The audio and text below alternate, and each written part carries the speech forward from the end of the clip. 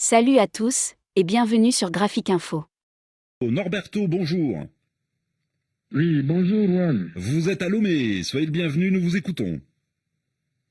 Merci beaucoup. Alors, officiellement, le président Gbagbo a introduit une demande en divorce, alors même que Dame Simone avait refusé une résolution à l'amiable.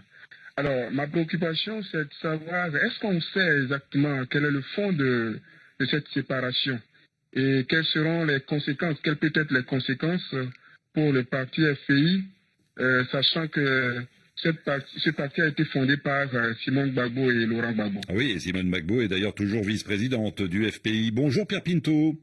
Bonjour. Correspondant permanent de RFI à Abidjan. Connaît-on les causes et les origines des problèmes au sein du couple Gbagbo?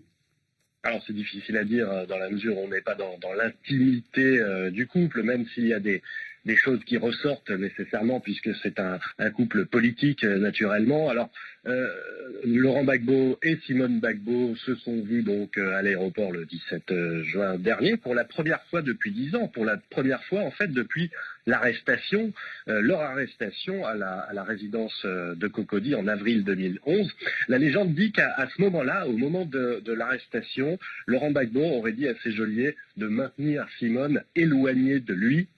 Donc c'est vrai que manifestement cette inimitié elle dure depuis un certain temps. On sait que Laurent Gbagbo est marié rituellement avec Nadi Bamba depuis 20 ans maintenant, depuis même donc c'était pendant sa présidence. Les deux femmes ne s'apprécient pas. Nadi Bamba a passé d'ailleurs toutes ces dernières années en Europe à attendre Laurent Gbagbo puis à vivre avec lui une fois qu'il est sorti de prison. Mais donc le couple Laurent et Simone Gbagbo, c'est un couple politique. Norberto le disait, ils ont fondé ensemble, ils ont participé ensemble à la fondation du FPI dans les années 80, avec d'autres, comme Aboudraman Sangaré, par exemple, le compagnon historique de Laurent Gbagbo. Le FPI était à l'époque un parti socialiste, mais qui a longtemps été, toujours d'ailleurs, été tiraillé entre son appartenance à cette mouvance socialiste et un tropisme nationaliste, incarné justement par Simone Gbagbo, mais on a souvent été là dans des tiraillements plus idéologiques. Ensuite, le FPI a éclaté, on s'en souvient, en 2014, sur la question de savoir s'il fallait ou non boycotter les élections. Donc il y avait d'un côté ceux qui disaient qu'il fallait boycotter tant que Gbagbo ne serait pas rentré au pays, les Gbagbo-riens, les corps, et de l'autre, la branche légale, incarnée par, dirigée même par Pascal Afine-Guessant. Donc le FPI Gore était dirigé par Aboudraman Sangaré pendant que Laurent Gbagbo était en prison. Aboudraman Sangaré meurt en novembre 2018 et là, nouvelle anicroche rendue publique dans la relation entre Laurent et Simone Gbagbo.